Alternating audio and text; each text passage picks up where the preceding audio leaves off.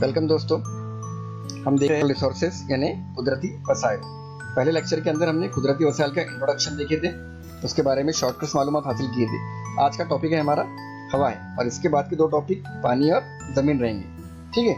और ये हमारा जमात शशुम का जनरल साइंस का टॉपिक है। चलिए बढ़ते हैं हवा की तरफ। देखिए इसके अंदर हम क्या देखने वाले हैं। हमारे जो मौजूद के टॉपिक में ये मौजूद है हवा में मुख्तलिफ अज्जा का तनासुब। हवा में कौन कौन से अज्जा है, हवा में मौजूद गैसों का तनासुब, हवा में कौन कौन सी गैसें हैं, हवा की आलूदगी यानी पॉल्यूशन और ओजोन की तह यानी ओजोन लेयर। चलिए बढ़ेंगे। पहला टॉपिक देखिए हम हवा में मुख्तलिफ अज्जा का तनासुब। देखिए यहाँ पे मैंने एक इमेज आपके लिए लाया हूँ। इस इमेज के अंदर आप देख रहे होंगे ये हवा के अलग अलग तह है। ये हमारी ज़मीन है, यहाँ से ऊपर ट्रोपोस्फीयर है, स्ट्रेटोस्फीयर है, मेसोस्फीयर है, थर्मोस्फीयर है और एक्सोस्फीयर है। इन स्फीयर के अंदर क्या होता है, ये जो ट्रोपोस्फीयर है ये हमारा हवाई हिस्सा है और इसको टच है ओजोन लेयर, और इसके बाद में अलग अलग ये हवा के हिस्से। इस तरह से ये कुर्रा, हवाई कुर्रा हमारा बना हुआ है। चलिए देखेंगे इसके बारे में ब्रीफ नॉलेज हमें हमारे सिलेबस में क्या दी हुई है। देखिए हवा के अंदर क्या है, कुर्रे अर्ज के इतराफ पाई जाने वाली फिजाई कुर्रे की हवा में नाइट्रोजन, ऑक्सीजन, कार्बन डाइऑक्साइड, 6 गैर आमिल गैसें और नाइट्रोजन डाइऑक्साइड, सल्फर डाइऑक्साइड, आबी बुखारात, गिरद के ज़र्रात वगैरह शामिल है। क्या क्या है इसमें, कुर्रे अर्ज के इतराफ, हमारी जो ज़मीन है उसके इतराफ पाए जाने वाले फिजाई कुर्रे में जो हवा का कुर्रा है उसके अंदर क्या है, हवा के अंदर क्या मौजूद है, नाइट्रोजन है, ऑक्सीजन है, कार्बन डाइऑक्साइड है और क्या है 6 गैर आमिल गैसें हैं। गैर आमिल गैसें यानी जो मिक्सअप नहीं होती है। और फिर क्या है, नाइट्रोजन है, नाइट्रोजन डाइऑक्साइड है, सल्फर डाइऑक्साइड है और आबी बुखारात है और गिरद के ज़र्रात है वगैरह शामिल है। ये सारी चीज़ें हमारे फिजाई कुर्रे में है। कुर्रे अव्वल में या जो हमारा पहला कुर्रा था उसमें क्या है, कुर्रे अव्वल में कुल हवा की तकरीबन 80% हवा होती है, यानी जो पूरा जो हमारा जो हिस्सा है उसके अंदर क्या होती है 80% हवा होती है।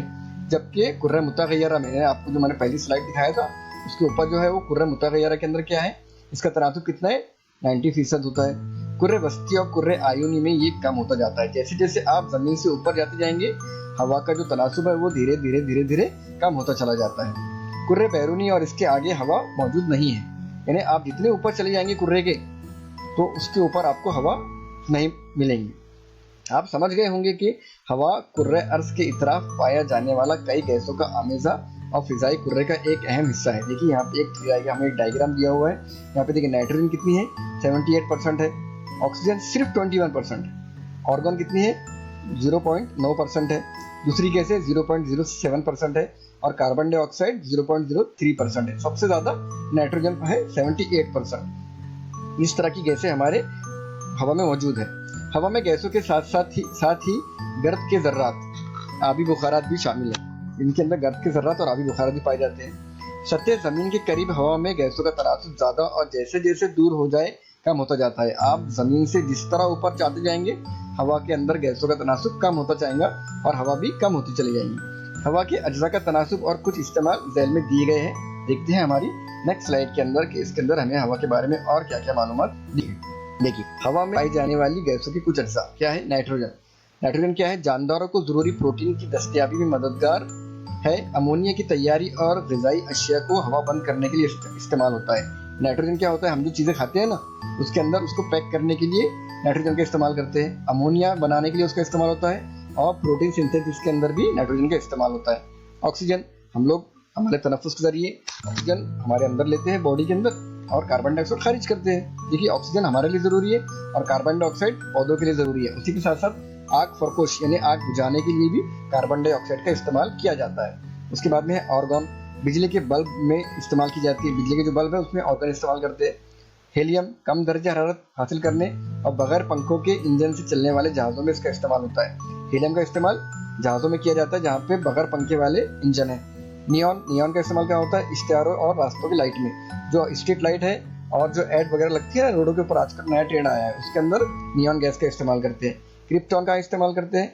फ्लोरोसेंट पाइप में इसका इस्तेमाल करते हैं। जो फ्लोरोसेंट की पाइप होते हैं उसके अंदर क्रिप्टॉन गैस का इस्तेमाल करते हैं। और जिनॉन का फ्लैश फोटोग्राफी के अंदर, जो हमारे मोबाइल के फ्लैश वगैरह है उसमें से कौन सी गैस निकलती है, जिनॉन गैस निकलती है। या जो कैमरा के फ्लैशेस होते हैं उसके अंदर भी जिनॉन गैसेस निकलती है। तो चलिए आगे बढ़ेंगे और देखेंगे क्या क्या हवा के बारे में हमें हमारे सिलेबस में दिया गया है। देखिए आप इसे हमेशा अपने जहन में रखिए, इस बात को ध्यान में रखिए कि हवा में मुख्तलिफ गैसों और दूसरे अज्जा के तवाज़न की वजह से कुर्रे अर्ज़ पर जानदारों का वजूद कायम है। हवा के अंदर दूसरी गैसें हैं और मुख्तलिफ गैसें हैं, इसीलिए क्या है, इसका तवाज़न कायम है और हम लोग जिंदा है उसकी वजह से। जिंदगी के लिए ज़रूरी सूरज की रोशनी और हरारत के कुर्रे अर्ज़ तक पहुँचने और दीगर मुज़र अज्जा को रोकने के लिए फ़िज़ाई कुर्रा बेहद अहम छलनी है। हमारा जो कुर्रा है ना, इसमें सूरज की रोशनी छन कर आती है और जितनी भी मुज़र चीज़ें हैं ना जो हमारे लिए, हमारी बॉडी के लिए हानिकारक है, नुकसानदा है, वो सारी चीज़ें ऊपर ही रोक दी जाती है। ये कहाँ पर होता है? कुर्रे अर्ज़ के इतराफ जो गिलाफ बना हुआ है हवा का, अलग अलग जो लेयर्स है, वो लेयर्स के अंदर ये सारा काम होता है। गर्द, बादल, बर्फ और बारिश वगैरह कुर्रे हवा की वजह से वजूद में आते हैं। कुर्रे हवा के अंदर गर्द, बादल और बर्फ वगैरह क्या होती है, जो बारिश वगैरह जो है ना, कुर्रे हवा की वजह से ही वजूद में आते हैं। तो हमें कुर्रे हवा की हिफाजत करना चाहिए और उसकी पॉल्यूशन से बचना चाहिए। नेक्स्ट टॉपिक हमारा वही है। देखिए, इसके बाद ऊपर दी हुई तमाम तस्वीरों में मुख्तलिफ चीज़ों से धुआं खारिज होता हुआ नजर आ रहा है। देखिए, कारखानों का धुआं, मोटर गाड़ियों का धुआं और जो जंगलों में आग लग जाती है ना, उसका धुआं। ये सारा धुआं क्या कर रहा है? हमारी कुर्रे हवा के अंदर मौजूद सारी अच्छी अच्छी गैसों को, जो हमारे लिए काम की गैसें, उसको तबाह कर रहा है। यानी एयर पॉल्यूशन के अंदर बड़े पैमाने पर इजाफा हो रहा है। ये धुआं सीधा फिजाई कुर्रे की हवा में शामिल हो जाता है, बिल्कुल डायरेक्ट जा रहा है, डायरेक्ट छोड़ दी स्ट्रेट बिल्कुल हवा में चला जा रहा है बराह रास्त, जिसकी वजह से हवा के अज्जा का तवाज़न बिगड़ता है।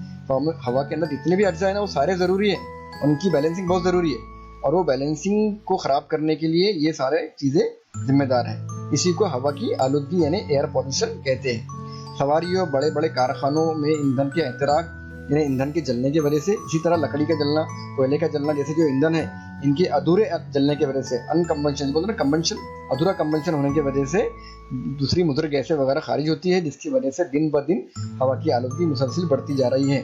और इसमें एक चीज़ ऐड करूँगा मैं, जो सिगरेट नोशी करते हैं, सिगरेट नोशी के धुएं के अंदर क्या होती है? कार्बन मोनोऑक्साइड गैस होती है और वो कार्बन मोनोऑक्साइड गैस भी हवा की पॉल्यूशन में इजाफा करती है। चलिए आगे बढ़ेंगे, आगे बढ़ के हम इस टॉपिक की क्लोजिंग के देखिए, ईंधन के जलने से हवा में खारिज होने वाले कौन से मुद्र अज्जा है? नाइट्रोजन डाइऑक्साइड, कार्बन डाइऑक्साइड, हम भी छोड़ते हैं कार्बन डाइऑक्साइड, कार्बन मोनोऑक्साइड मैंने अभी बोला सिगरेट के धुएं में होती है ये, सल्फर डाइऑक्साइड और धुआंसा। ये पांचों भी चीजें मिलकर क्या कर रही है? हवा की पॉल्यूशन में इजाफा कर रही है, यानी हवा के अंदर आलूदगी पैदा कर रही है। देखेंगे हम ओजोन के बारे में। ओजोन है बहुत इंपॉर्टेंट रही, ओजोन की तह हिफाजती गिलाफ। अभी आप लोगों ने ओजोन के बारे में कुछ ना कुछ तो सुने होंगे, ज़रूर सुने होंगे, क्योंकि लॉकडाउन की वजह से बिल्कुल सब कुछ बंद है, कारखाने बंद है, मोटर गाड़ियाँ बंद है। तो एक न्यूज़ चल रही थी कि ओजोन की लेयर की थिकनेस में इजाफा हुआ है, वो थिकनेस बढ़ी है, यानी वो ओजोन लेयर बढ़ी है क्योंकि ओजोन में सुराख पड़ चुका है। और ये हमारे लिए बड़ी बैड न्यूज़ है कि ओजोन में सुराख है। देखेंगे चलिए, फिजाई कुर्रे के मुतगय्यर तह के नीचे हिस्से में ओजोन यानी O3 की तह पाई जाती है। जानदारों के जिंदा रहने के लिए ओजोन का रास्त इस्तेमाल ना होने के बावजूद काफी ऊंचाई पर कुर्रे अर्ज़ के तरफ ओजोन की तह पाई जाती है। देखिए, हम डायरेक्ट इस्तेमाल नहीं करते इसको, ये ऊपर है, मैंने पहले आपको इमेज दिखाया था, उस इमेज के अंदर आपको ओजोन की तह दिखी होंगी। वो ओजोन लेयर क्या करती है? वहां पर ही सूरज से आने वाले जो यूवी रेज है, जो बालाए बनाफसी शुआएं हैं, उनको वहां पे फिल्टर कर देती है, जिसकी वजह से वो मुज़र जो गैसेस है या सूरज की जो यूवी रेज है वो हम तक नहीं पहुंच पाती और हमारी ज़िंदगी उससे बहुत हद तक बचती है, हमें उससे नुकसान नहीं होता। उसी के अलावा हमारे रेफ्रिजरेटर यानी फ्रिज और एसी से क्या निकलती है? क्लोरो यानी CFCS गैस निकलती है और कार्बन टेट्राक्लोराइड गैसेस भी निकलती है, जो ओजोन को बड़े पैमाने पर नुकसान पहुंचा रही है। सबको ओजोन की अहमियत का अंदाज़ा हो, इसके लिए 26 सितंबर को दुनिया भर में यौम तहफ़्फ़ुज़ ओजोन मनाया जाता है। हमको भी ओजोन लेयर बचाने के लिए एयर पोल्यूशन को कम करना पड़ेगा और फ्रिज और एसी के इस्तेमाल को भी कम करना पड़ेगा।